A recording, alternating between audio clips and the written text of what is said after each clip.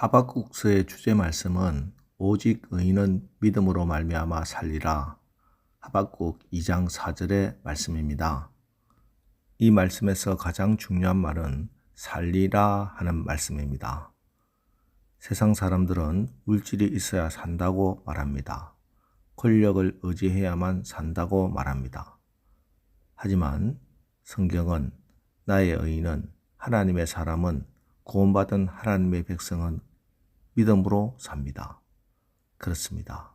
믿음은 살아내는 것입니다. 지금이 어떤 상황이라고 해도 말씀을 붙들고 투쟁하고 뒹굴고 잘 되지 않더라도 어쨌든 나는 믿음 가지고 살아내겠습니다. 결단하고 버티고 견뎌내는 것입니다.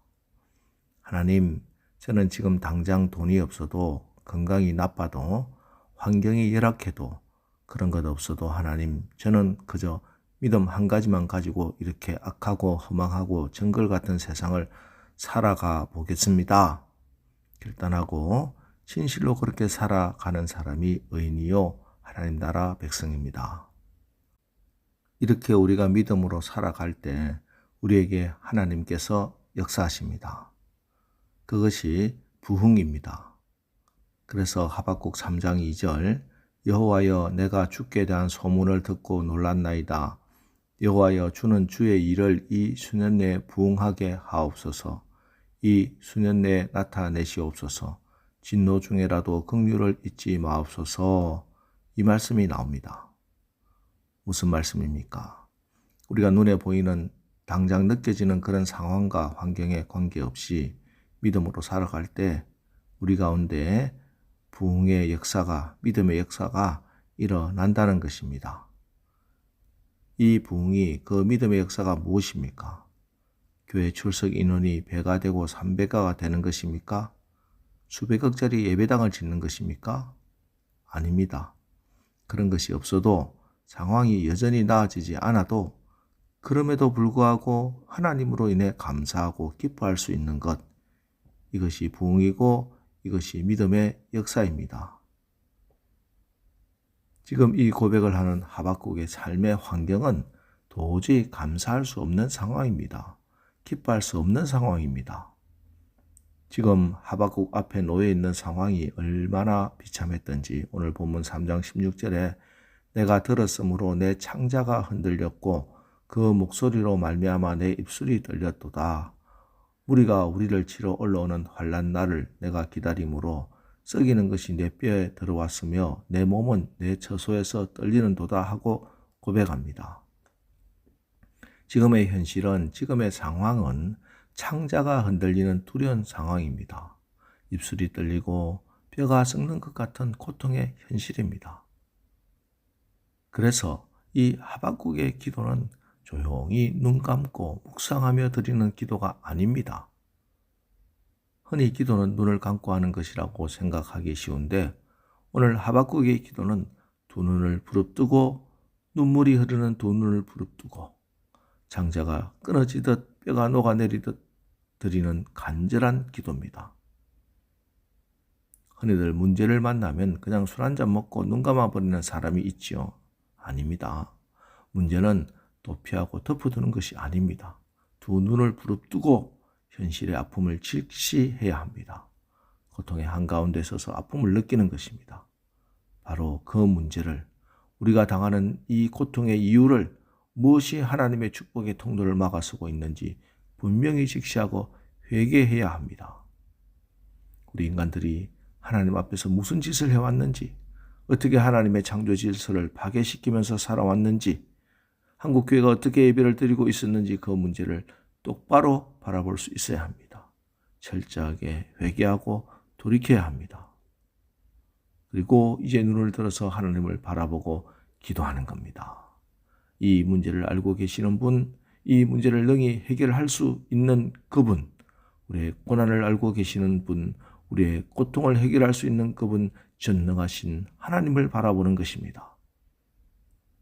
세상이 어렵다고 절망 낙심만 하고 있는 것이 아니라 모든 문제 해결자이신 하나님을 바라보고 그분께 이 문제를 가지고 나가는 것입니다.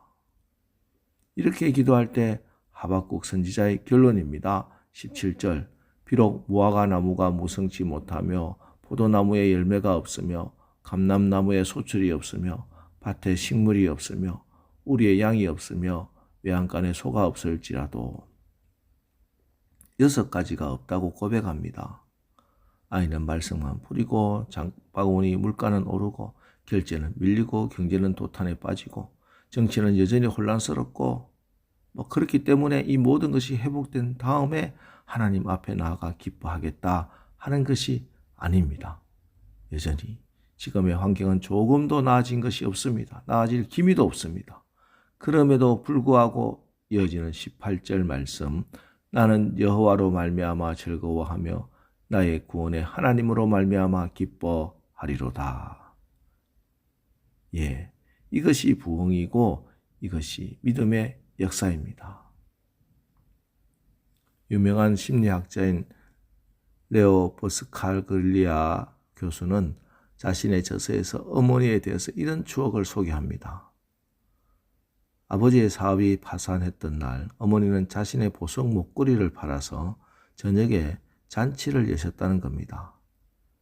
이 소식을 들은 친척들은 정신없는 일을 했다며 하나같이 다 어머니를 비난하였는데 어머니는 대답하셨답니다. 그날 저녁이야말로 우리 가족에게는 다른 어떤 때보다 기쁨이 필요했던 저녁이었기 때문입니다. 아버지는 그날 내 어머니는 우리에게 자신의 보석보다 우리 가족이 더 소중하다는 것을 깨우쳐 주었고 나는 용기를 갖고 인생에 다시 도전하기로 결심하였다고 말했다고 합니다. 여러분, 시대가 어려울수록 진실한 그리스도인은 이 기쁨과 감사를 회복해야 합니다. 삶의 정황이 좋아진 다음에 하는 감사가 아니고 고통 한가운데 서서 고통을 직시하면서 그 고통 가운데서도 여전히 역사하시는 하나님을 바라보며 감사할 수 있는 감사가 참된 믿음이고 진짜 부흥입니다. 여러분, 광야 같은 이 험한 세상을 능력 없이 기적의 체험 없이 어떻게 지날 수 있겠습니까? 능력도 필요 없고 기적도 바라지 말라고 설교한다면 그것은 이 험난한 광야에서 양들에게 자포자기하고 죽으라는 소리입니다.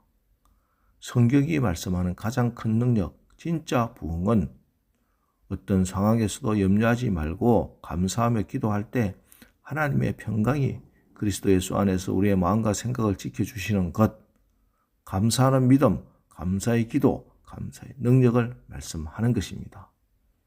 이 감사의 능력으로 지금 나에게 닥친 고난과 환난을 풀리지 않는 그 문제를 하나님의 지혜로 풀어가고 이겨가고 견뎌 나가는 것입니다.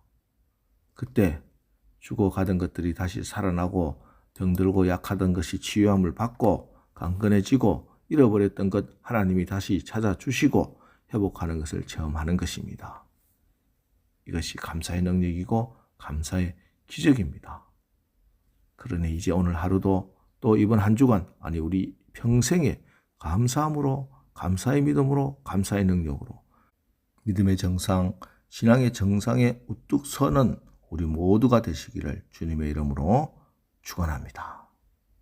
기도하겠습니다. 하나님, 오늘 의인은 믿음으로 살리라 말씀하시고 그 믿음에는 믿음의 역사가 부흥이 임한다고 말씀하십니다. 오늘 하박국 선지자는 창자가 흔들리는 두려운 상황에서 입술이 떨리고 뼈가 썩는 것 같은 고통의 현실 가운데서도 즐거워하며 기뻐하고 감사하는 부흥을 체험하고 있습니다. 오늘 우리가 또 세상으로 나가는데 불평, 원망, 절망의 삶이 아니라 감사하고 기뻐하고 찬양하는 믿음의 역사가 있는 부흥하는 삶의 주인공이 되어 하나님께 영광을 돌리게 하옵소서. 예수님의 이름으로 기도합니다. 아멘. 자, 이제 오늘 말씀 붙들고 주여 오늘 하루도 우리가 믿음으로 감사하는 믿음으로 진정한 부흥을 경험하는 하루를 살게 하옵소서. 우리 합심해서 기도하고 나가겠습니다. 우리 기도하겠습니다.